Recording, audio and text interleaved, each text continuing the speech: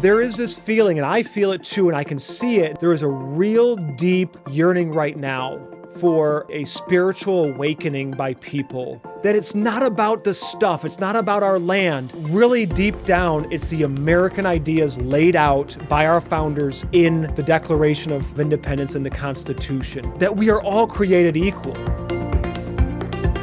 Welcome to Unmasking Government Schools with Sherry Few, USPI's weekly podcast that empowers parents to reclaim their children's education from government bureaucrats and social engineers, equipping you with the tools and resources needed to join the cause. Hi everyone, welcome to Unmasking Government Schools with Sherry Few. I'm your host, Sherry Few, and today I'm excited to welcome back Rhyen Staley, an investigative researcher, policy analyst, and writer for Defending Education. Before we dive in, please give us a 5-star rating or a thumbs up, and don't forget to subscribe and visit uspi.org to learn more and join the movement. Today's episode is brought to you by U.S. parents involved in education. USPI's mission is to empower parents and local communities to break free from federal and national influences, thereby reclaiming parental authority over their children's education. For more insights from U.S. parents involved in education, connect with us at USPI on X and Facebook. To join the movement, visit uspi.org. Welcome back to Unmasking Government Schools with Sherry Few. I'm your host, Sherry Few, and I'm joined today for the second time by Rhyen Staley, an investigative researcher, policy analyst, and writer for Defending Education. His work has brought national attention to the radicalization happening inside both K-12 schools and university-level programs. Rhyen Staley, welcome back to the podcast. Barry, thanks for having me back. Absolutely. And I'm just so pleased to have you back. Let's talk first about your recent report with Fox News. It showed that DEI and CRT, and for those who don't know what those acronyms stand for, it's diversity, equity, and inclusion, and critical race theory, are now baked into the accreditation rules for hundreds of university social work programs. Can you explain what you uncovered and how widespread these requirements are? Oh, absolutely. So what we did was we looked into the accreditors that are working with our universities and people. What people need to understand is that all of these programs, both from like the social work program, which we're talking about, all the way to the university itself, go through an accreditation process, basically like a thumbs up that, hey, you're good to go, you're doing these things. And within that process, they lay out competencies or standards that these schools have to meet. Just like a student is graded in a classroom, these programs and universities are graded as well. And so we focused in on social work first, partly because it was a little bit of a low-hanging fruit.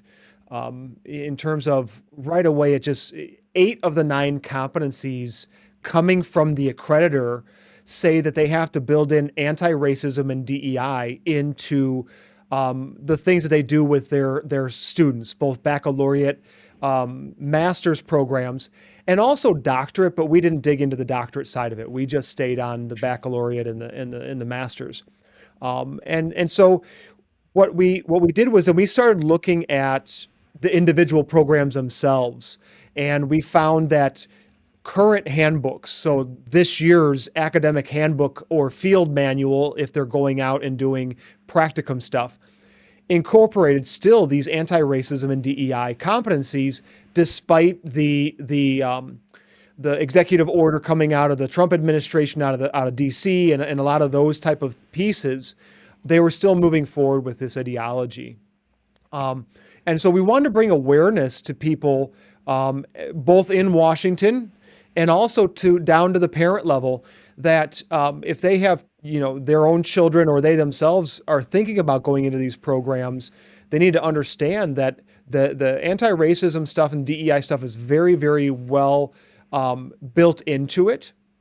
And by the way, I want to be clear that even though our report shows that 55% of these programs that are accredited by this one accreditor, because there's really only one, even though we say only 55% are pushing anti-racism and DEI, that's because the other 45%, we either couldn't validate that they're doing that, and we want to make sure we validate things, or they're using the 2015 standards and not the 2022 standards. But we also make clear in our report that all programs have to eventually start using the 2022 standards.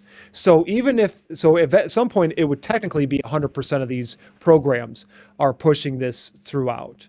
And so that's what we uncovered, and that's what Fox reported on, and so forth. And these people, Sherry, they're in your child's school because schools are increasingly adding more and more social workers to their roles. In fact, the Biden administration handed out over $100 million to universities to create a pipeline for more social workers to be pumped into the schools. And so, those are the things that we brought out in this report, and we're going to do with other accreditors as well in the future. Okay, well, that makes a lot of sense to me that there are more and more social workers in the schools. I was doing some research recently on the push for the quote unquote mental health crisis. And so they're pumping in social workers, psychologists, and even psychiatrists. Some children are now being evaluated by psychiatrists for just some things, a list of criteria. They might meet 5 out of the 25, and it demands a psychiatric evaluation. So the public school systems have certainly morphed into providing mental health services, and the social workers obviously fit well with that narrative. So the other thing I wondered about, Rhyen, is it reminded me of the teacher certification process, which of course probably that to be a teacher you have to be certified. And so I think it's a similar setup, that the what is certified is what they're teaching in the colleges and universities. So in order to become certified, you have to also have absorbed and can regurgitate the DEI and the CRT and all of that. Yep. So so why should parents and taxpayers be concerned about this, Ryan? I mean, I think it's kind of obvious, but if we're mandating this ideological training as a condition, like I said, even like the teachers to be certified as a condition, how does this how does this impact students who go to work in the government schools or child services or even in counseling roles? Let's do a little bit of a zoomed out from the schools for just a second, and look what Mamdani in New York City, the mayor-elect, has already talked about doing even prior to his election, that they wanted to re-envision policing by bringing in and filling the roles with social workers, right? And so what you're talking about is you're giving power, whether it's a city government or inside of a school. You're giving more power to people who are steeped in anti-racism, critical race theory, DEI. I worked in a school, Sherry, where it wasn't a social worker, but it was the school counselor who was given a lot of power over discipline in that school by the administration because they wanted to push restorative justice practices. And that school turned into a major, major chaos because there might be a place for a restorative justice type of programming in a very, very small, like let's say a juvenile situation, like a juvenile home situation, right? A counseling where it's very intensive and so forth, but you can't scale that out. And what they're trying to do is they're trying to increase more of these people in the schools, because the more counselors you put in the schools, the more kids need counseling. Right? It's kind of like, it's like there's piece that goes on there. My cousin's a teacher, and he actually was the one that coined that idea. He's like, we keep hiring more social workers and counselors, the more kids are going to need social workers and counselors. And it's just going to be a continuum. And the other thing is that they keep trying to fix kids inside these schools, yet 30% of the kids are proficient in reading and math across the country. And so, I mean, it's like, would you go to a doctor who has a 30% proficiency rate, right? And so I think that we are piling so much stuff, and I say we, not necessarily you and me, right? Not necessarily our parents, but we as a society keep piling more and more responsibilities on these schools, and they can't even handle the original charter that they're supposed to be working on, and there I've worked with wonderful teachers who said, yeah, but we have to meet their social emotional needs.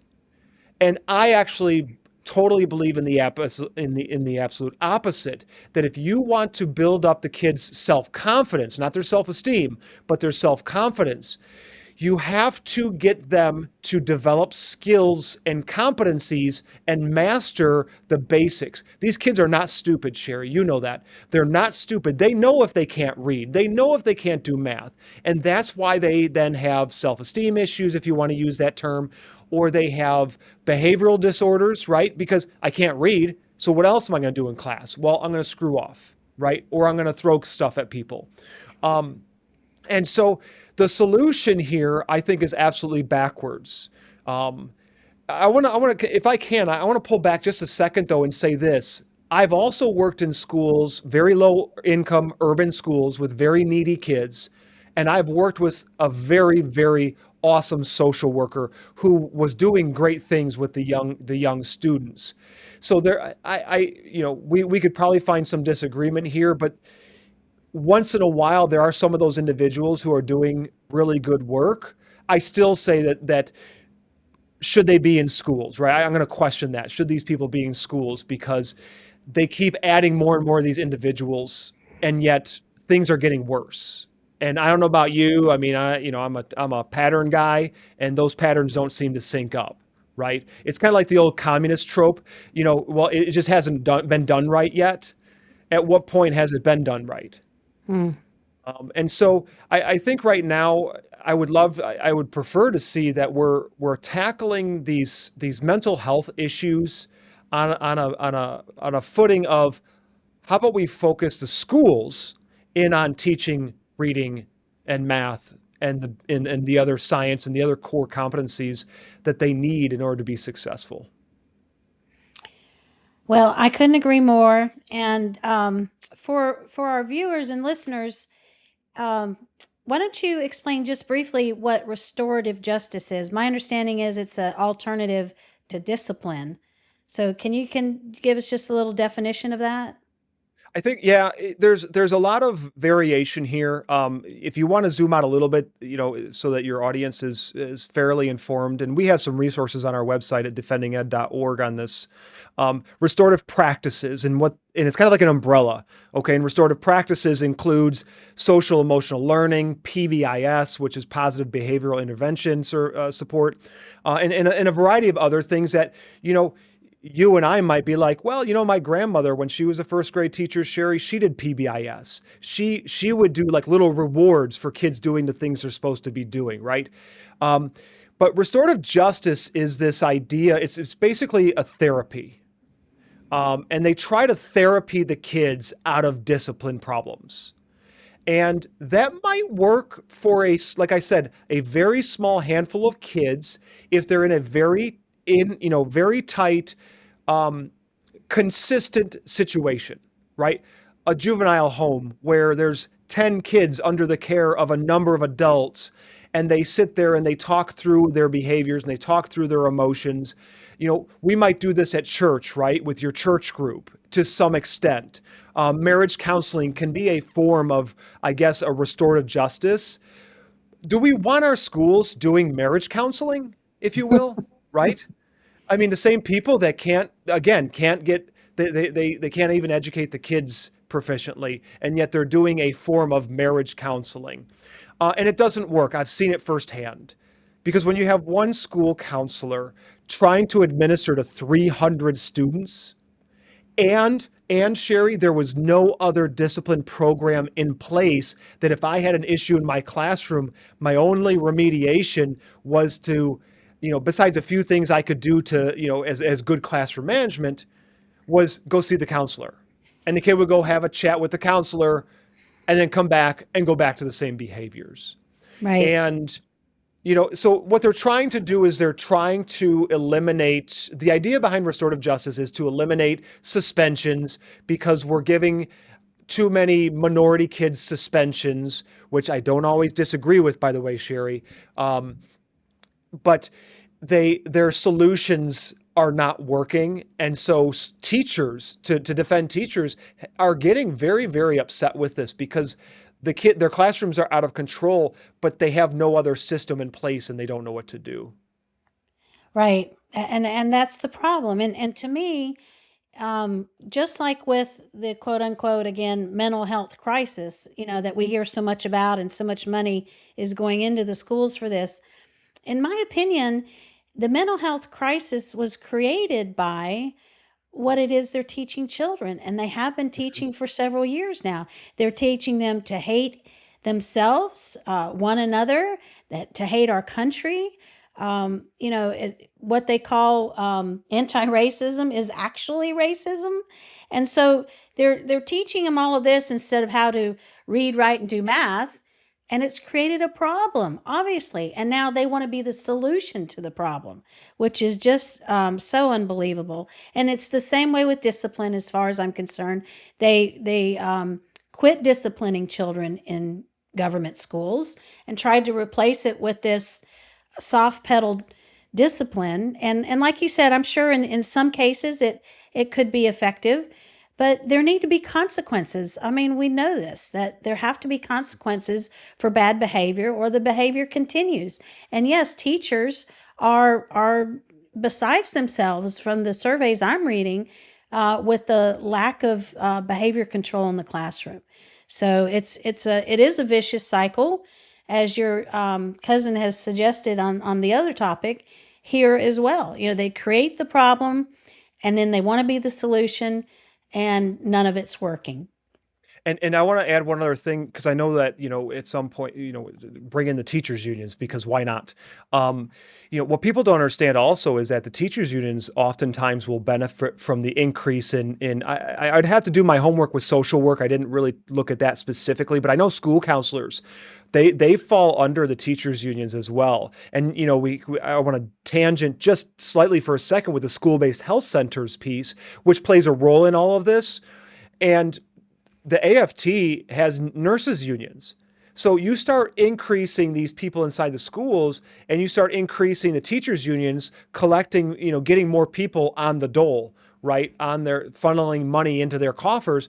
And we wrote a report over the summer, Sherry, that highlighted that over the NEA and the AFT in the last 10 years have funneled over $220 million of membership dues into far left organizations and far left political action committees, et cetera. So basically taxpayer funds are going into teachers' salaries, which are then immediately being pulled out and funneled into the teachers' unions, who then give that money to their allies on the left, who then drive this ideology back into the society and into the schools. And so it's really kind of like a money laundering scheme, if you will. Maybe not technically, maybe technically, I don't know. But that's another thing for people to be aware of as maybe their community is talking about a school-based health center. It could range from being a nurse in the school giving out Band-Aids all the way up to, we've uncovered as well that these schools are performing gender affirming support services and giving out puberty blockers and promoting abortion. And so it's not hyperbole. We've documented these things. Right. And this has been an issue for some time, probably predates your involvement. I've been involved with abstinence education in the past for a long time, and we have fought school-based health clinics for decades. But yes, I believe they're moving full speed ahead with those clinics, like I said, wrapped around this mental health crisis that they keep talking about. And it is very dangerous. We need to keep health separate from education. Health is a parent's responsibility, not the schools. And so we've definitely gotten off track. So let me ask you another question. You conducted a major investigation into the liberated ethnic studies movement. So, for those who aren't familiar, what is this ideology and how is it spreading through K 12 government schools?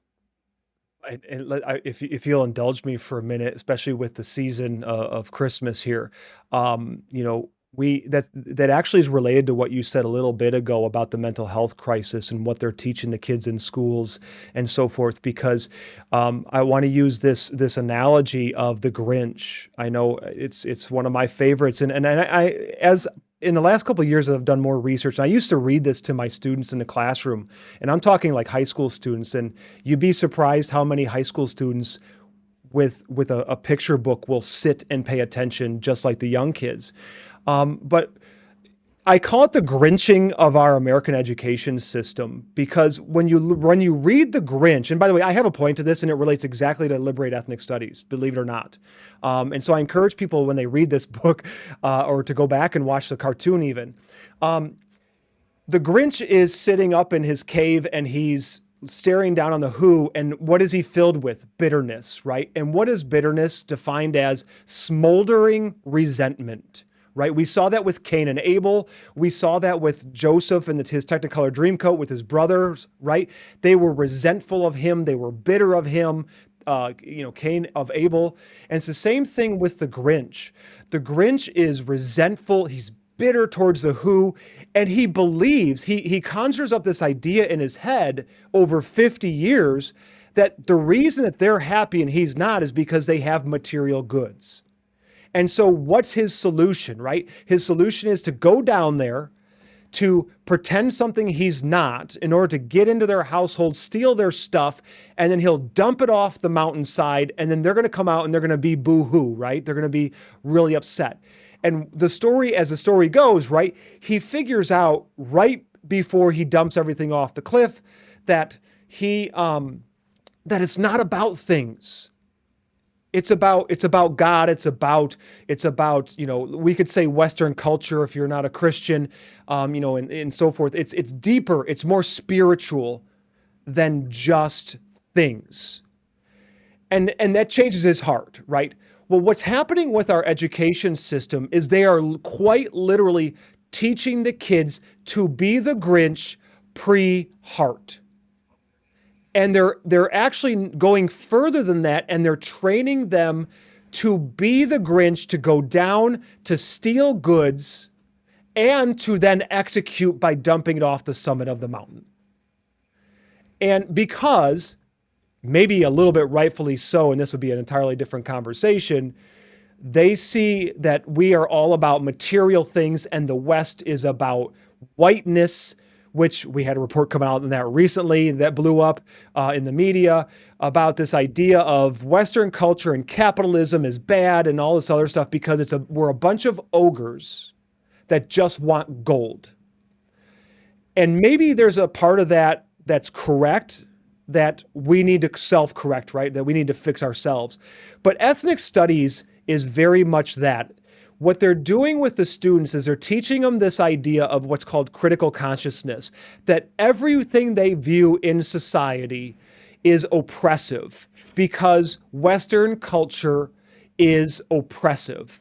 It is evil and it needs to be dismantled. So when people go on social media or read articles and they see these far left lunatics ranting about dismantling the Western, West United States, etc., that's where this stuff is coming from. And it is not fringe anymore. It is in kids' schools across the country. And so they train these kids to view the entire world as this, or the Western culture as this oppressive state. Then what they do in this curriculum, okay, so it's this entire curriculum, is then they give them new heroes. So, and I guess to use our story here, they hold the Grinch up as the hero that they need to emulate, that he's the guy that they really should be looking at because he's a poor victim of this. And then the final phase is that they trained them how to go out and be street activists. Just like we've seen, especially post October 7th, but go all the way back to 2017 when Trump was inaugurated. We've seen these protests regularly, etc. And so this is ethnic studies for your listening audience is sold as culture and history. So you'll see the unions use this. You'll see, advocates, proponents of it use this. Like, well, you don't want to teach honest history. You don't want to teach culture. This isn't anthropology and this is not U.S. history. This is a political programming meant to train up the next generation of leaders for street activists. And Sherry, I just wrote another op-ed, which I know you kind of wanted to talk about too, which ties in this, by the way, because the people in that op-ed for the Blaze that I wrote about these radicals who are actually members of Antifa, a number of them are actually ethnic studies consultants.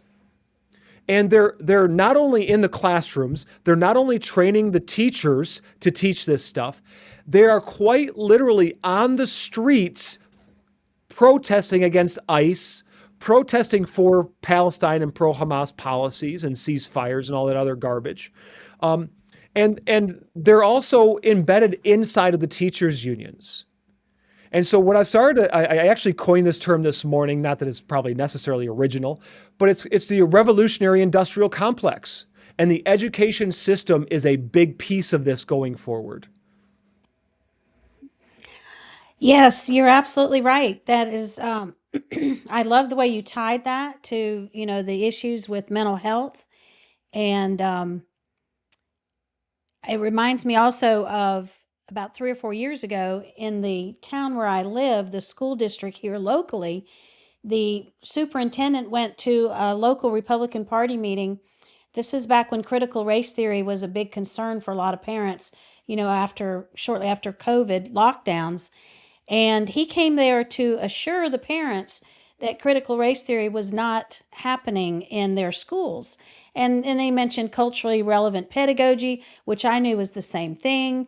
And then ultimately, I ended up FOIAing training that they did with the teachers. So they decided right after, I think it was I forget which incident it was, but when Black Lives Matters was really kicking off, and they decided to institute a new study course for high school, and they called it African American Studies. So I FOIA'd the training on that.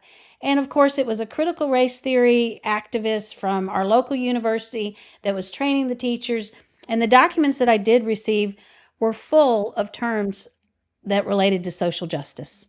So you're exactly right. That's what they're doing. I live in a very rural conservative community, and everybody thinks the schools here are just fine. That's not happening here.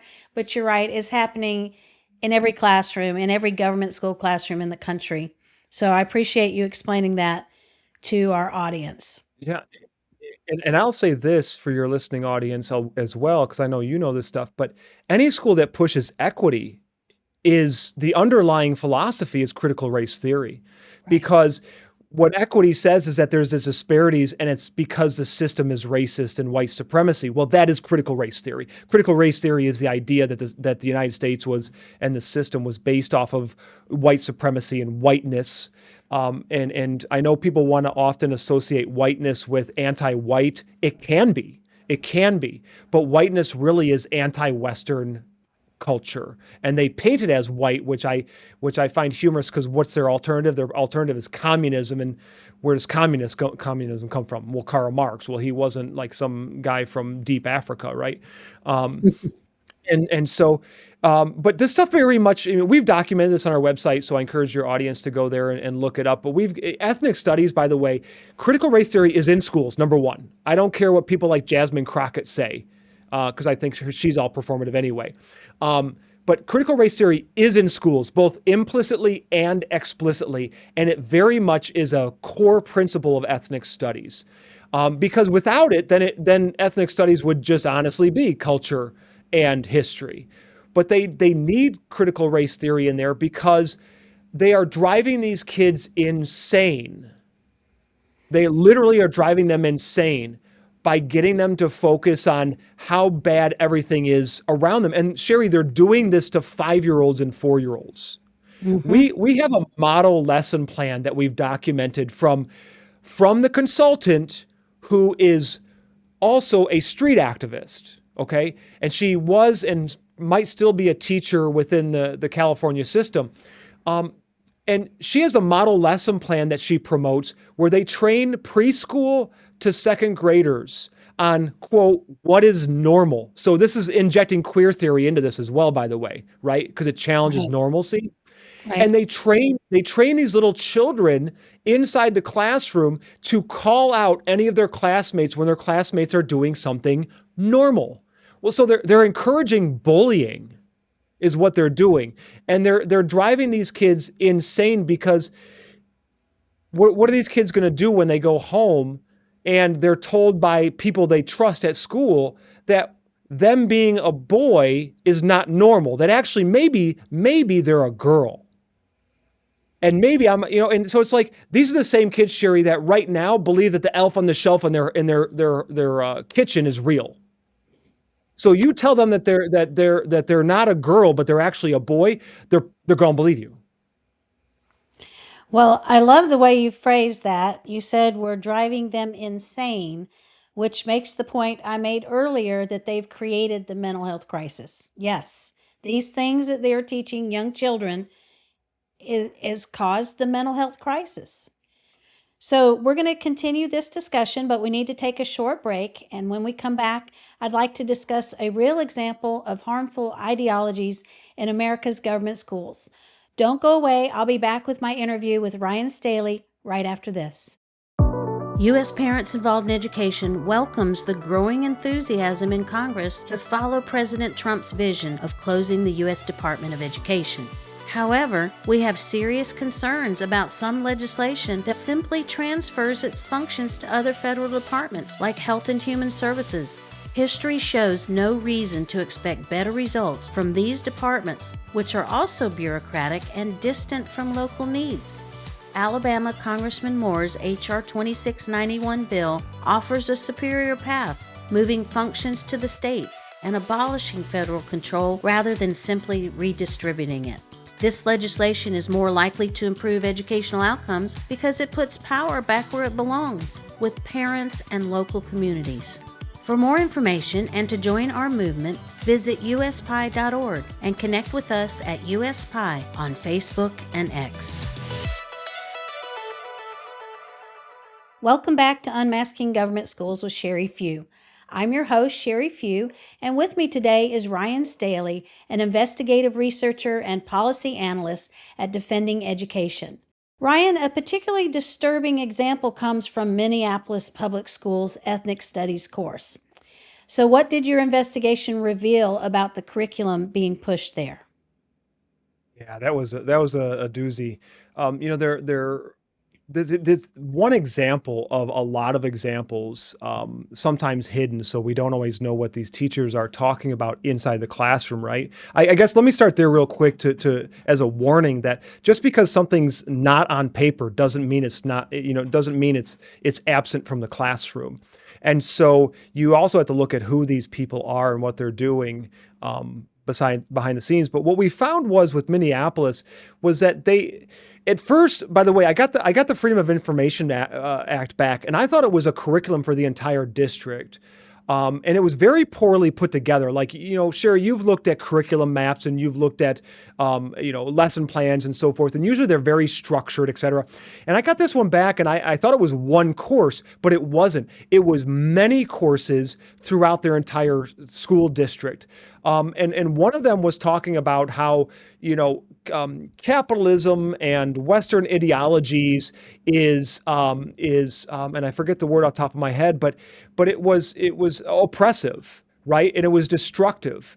And their reference point, like who they hold up as authorities on this topic, I kid you not, was Karl Marx in documentation, in lesson plans they use with the students. And so they're teaching this because the other thing that wasn't really fully in our report, or is in our report, but not so much in the news articles that came out about it, that I'd like to draw attention to, is that there was one course that falls under ethnic studies called Hmong, right? These Asian families, and it's an Asian course, Hmong studies. And in this, they do a compare and contrast of traditional Hmong family values, like two parents in the household type of stuff, okay? And then they contrast that with what's progressive values. Like maybe some families have two dads or two moms.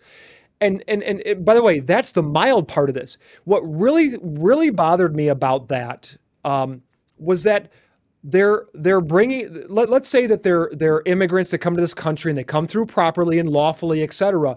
And they're taking these people's these communities and their traditional values, and they're saying, no, no, no, no. Our progressive far left value system is the right value system, and your parents are wrong. That's what they're doing to these. Now, if they're doing it to those students, what else are they doing to other students in other communities, right? Especially, and you zoom back out to the Western culture, and they're teaching these kids to hate the very system as to why people who are lawfully coming to this country, both my ancestors came over in the 1750s, right? Like people that came to this country for very valid reasons, especially freedom, and we're saying, no, no, no, that's wrong. That's white supremacy, that's whiteness. Really what you should do is go with this progressive communist system and so forth. So that's what they're doing with these kids. By the way, the other thing with ethnic studies and Minnesota is the University of Minnesota is also creating lesson plans for these districts. How nice of them to create free lesson plans for the school districts to use, right? Well, one of them was a 6th grade lesson plan on Black Lives Matter art. And what they basically do is they in this lesson plan, they train the kids to create art for advancing the Black Lives Matter agenda, which obviously is Marxist, neo-Marxist in it to its core. And some of the sources that they use for this to support the curriculum is literally stuff coming from Antifa. And so it's just one big radical far left hornet's nest that they're pushing on 6th graders and high school students, etc. And again, these are schools, Sherry, where the student population might have a reading and math proficiency of 20 to 30% at best. And so, I always like to reference Chairman Mao back in the 60s, and he had a quote, and I'm butchering the quote a little bit, but basically, he loved the idea of students being a blank slate because they were easier to write on. And so if these students can't read or do math, of course they're going to be angry and they're going to be insane. They're kids, first of all, so they're already a little bit insane, right? But you know what I mean. And so what else are they going to do? They're going to become destructive. And when you start pointing them at targets, there's going to be a portion of them that are going to go out and they're going to attack those targets. And we saw that, God bless his soul, Charlie Kirk, because that young man that assassinated him, we are still waiting for a lot of the stuff to come out, right? And we'll find out through the case. But I have a very strong suspicion that we're going to find out that he was radicalized on some sort of forum, some sort of online thing, somewhere he was radicalized, and somebody at some point said Charlie Kirk's the problem. He's the problem, because the more he speaks, the more other people are going to listen to him, and we can't let him speak. And that's the part with ethnic studies that people really need to understand, is there's this idea of liberating tolerance, Sherry. And liberating tolerance says that we can't tolerate conservative voices and viewpoints because it might lead to Nazism. It might lead to fascism. And so we can't tolerate, free speech is not free. I've seen professors write a book on this, Sherry, that free speech, we can't let Nazis have free speech because then people might be attracted to Nazism. And so liberating tolerance is this idea that we have to shut down speech that doesn't drive everything left. And that's what ethnic studies is doing to children as young as 4, is they're teaching them liberating tolerance. They're teaching them to shut up and shut down anybody who doesn't push that ideology. So you come back to this Minneapolis dispatch that we put out on the curriculum and how the American system and Western culture is whiteness and white supremacy and fill in the blank of other pejoratives. And these kids are becoming weaponized to, well, I don't want to be a white supremacist and I'm not down with whiteness. So I'm going to have to start speaking out against my peers who might do something normal that promotes white supremacy. Does that make sense? Oh, yes. Oh, yes. And I'm so glad that you're saying all of this because sometimes I feel like a lone wolf crying out in the darkness.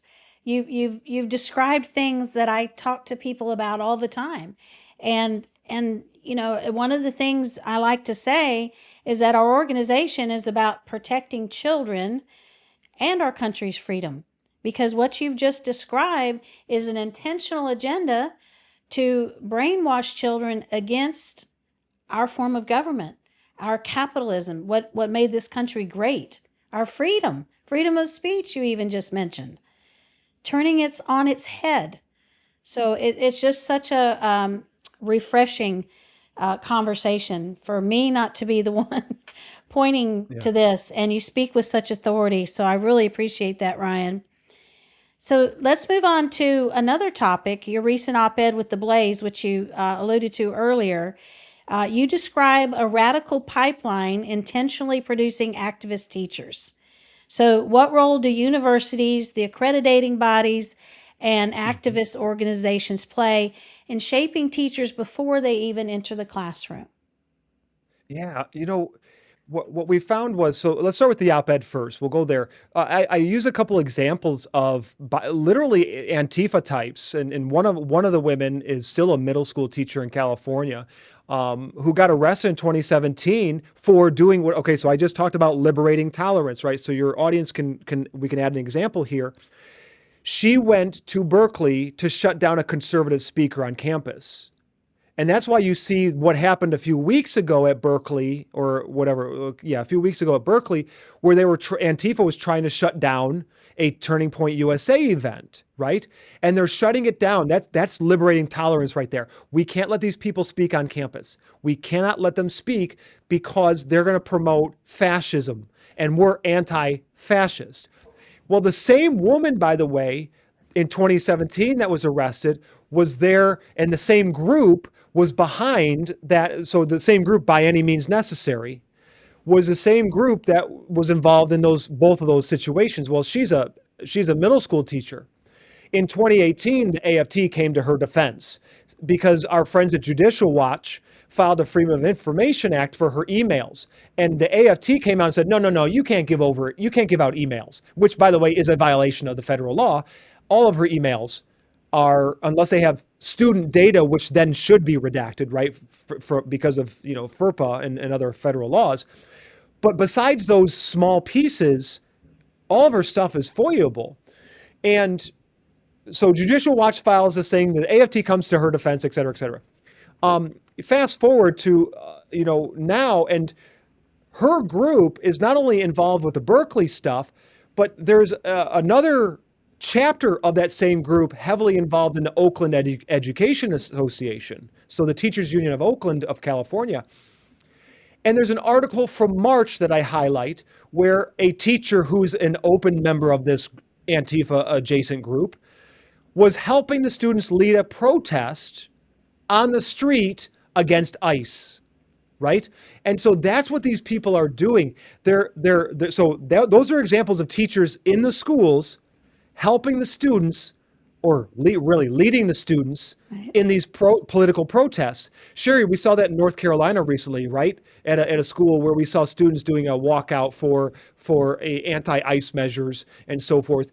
And there were, quote, teachers involved. I'm going to tell you right now, teachers were quite involved in that, right? The other thing I want to highlight, and this circles back to the ethnic studies part, I also highlight a group out of LA, out of Los Angeles, called Union del Barrio. Now they have an education wing called Association of Raza Educators.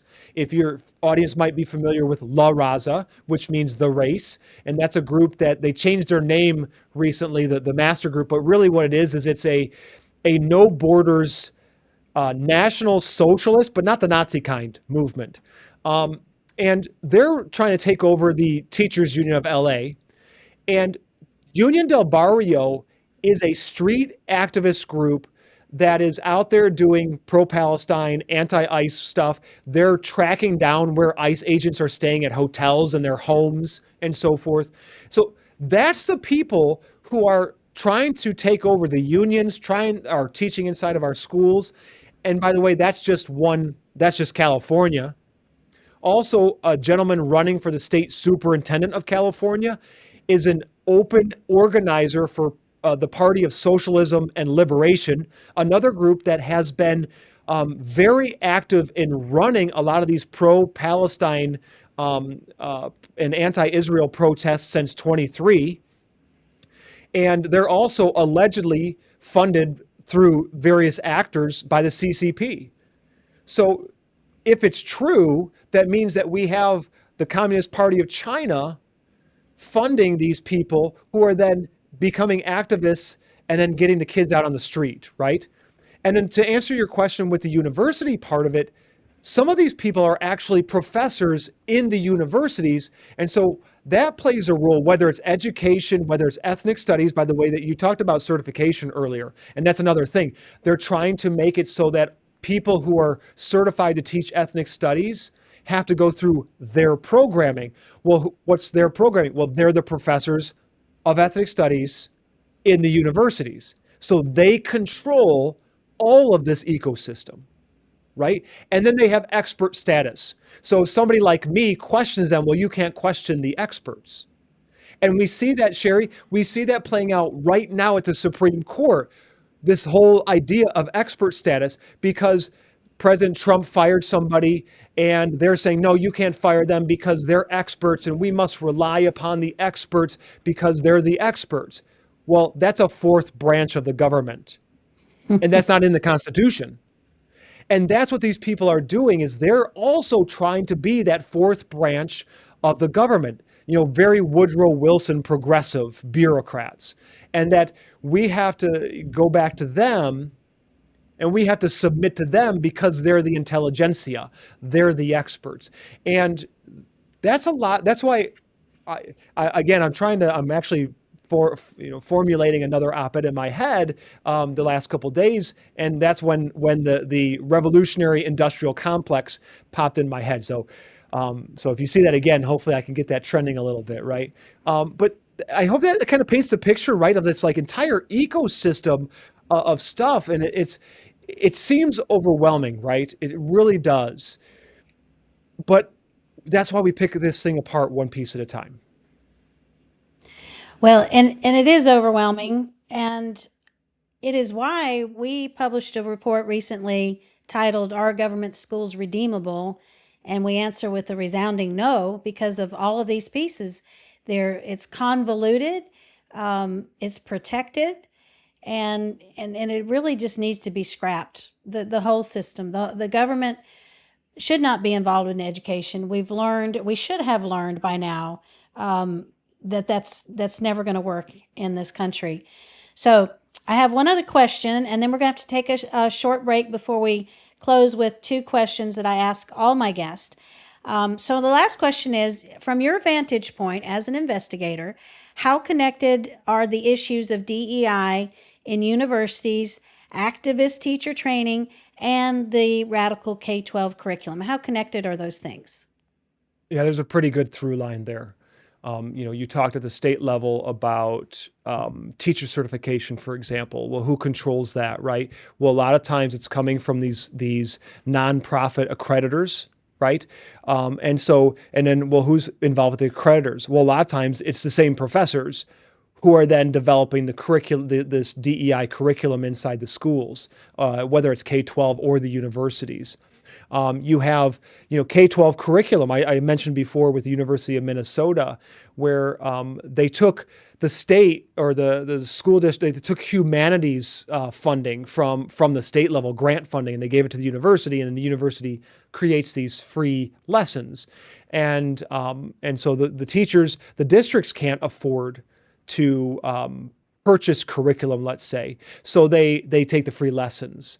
But it's even more than that, because those experts, right, the ethnic studies experts I just talked about, the other nefarious thing is, you talk about this ecosystem and this through line, they're sitting on these accreditor committees. They're sitting on these boards of these organizations that then go out and do evaluations and vet the schools for compliance with these things.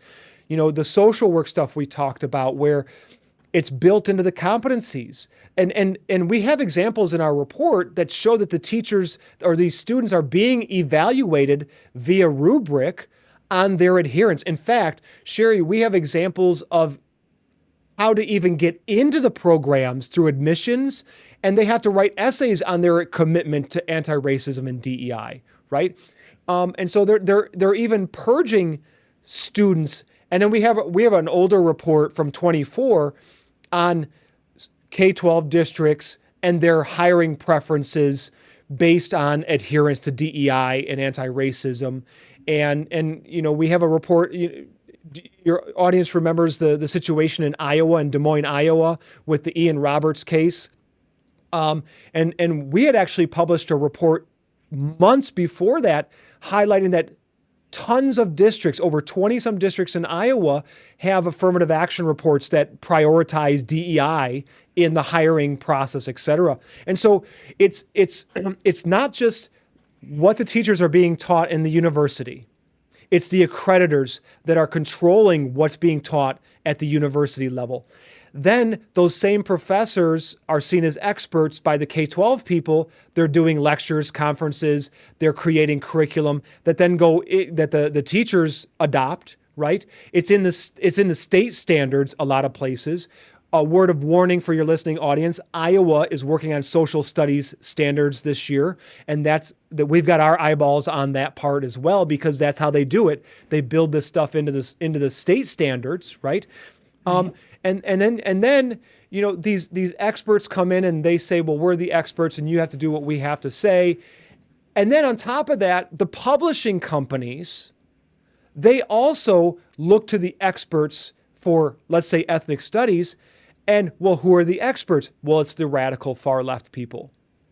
And we document that in that Liberate Ethnic Studies report also, how these same people are then creating the content for News ELA and for Houghton Mifflin and stuff like that. And so they weave, it's just everything is weaved in, and it's all controlled. It's like everything, Sherry.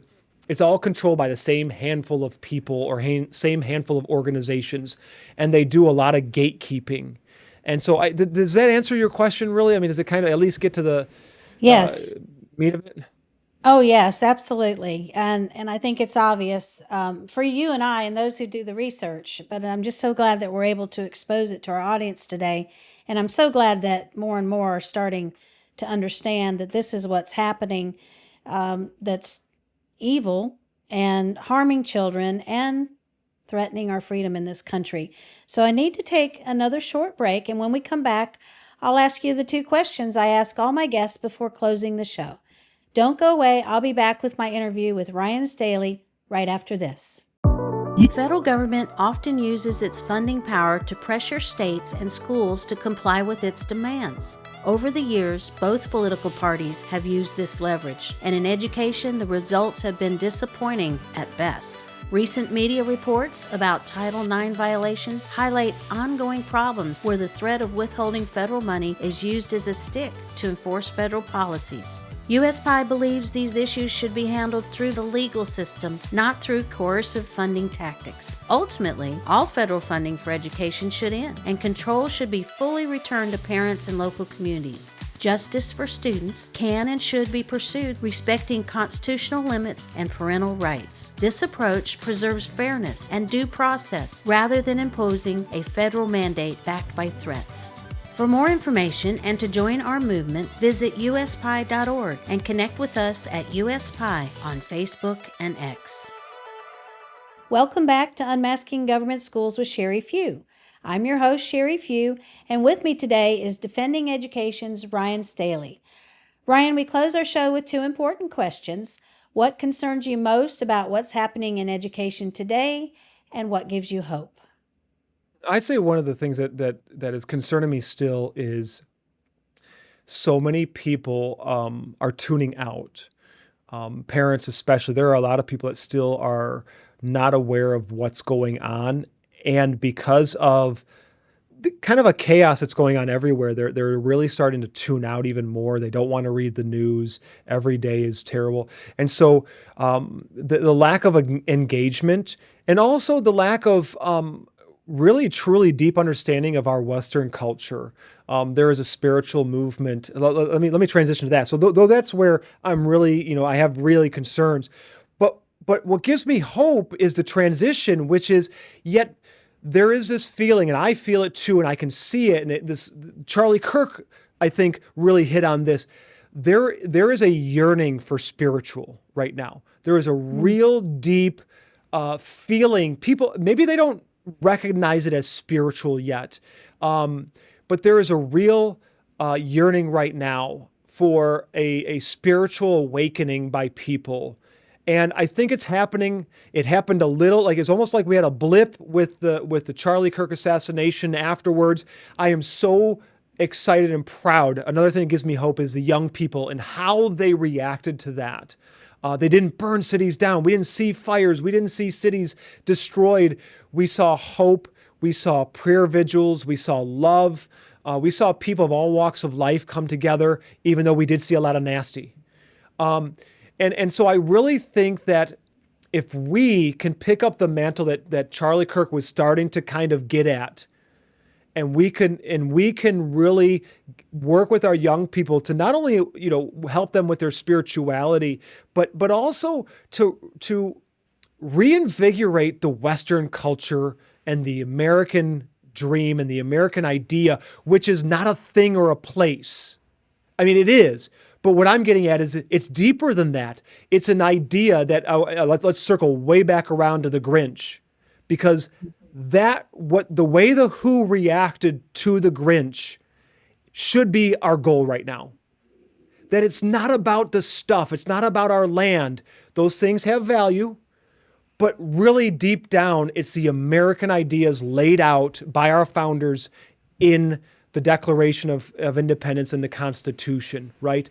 That we are all created equal, and that we are endowed by our Creator. And so we have these inalienable rights. And I want to leave with this. The pursuit of happiness isn't a thing or materials. I believe the Founding Fathers, when they said pursuit of happiness, they meant eternal happiness. And that's what I mean by spiritual, and I mean by the Who, and they're coming out, and because what did they value?